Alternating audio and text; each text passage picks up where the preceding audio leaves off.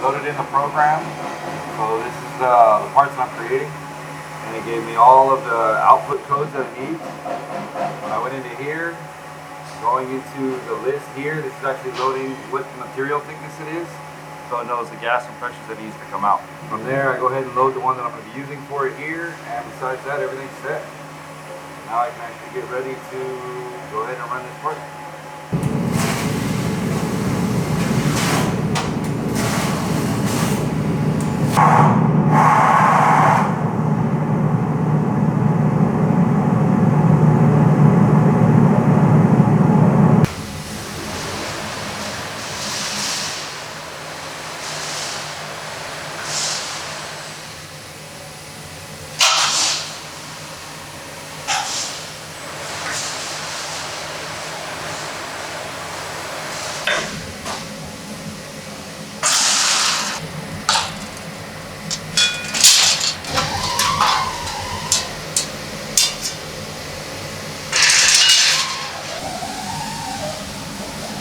Those are the revisions that I just made.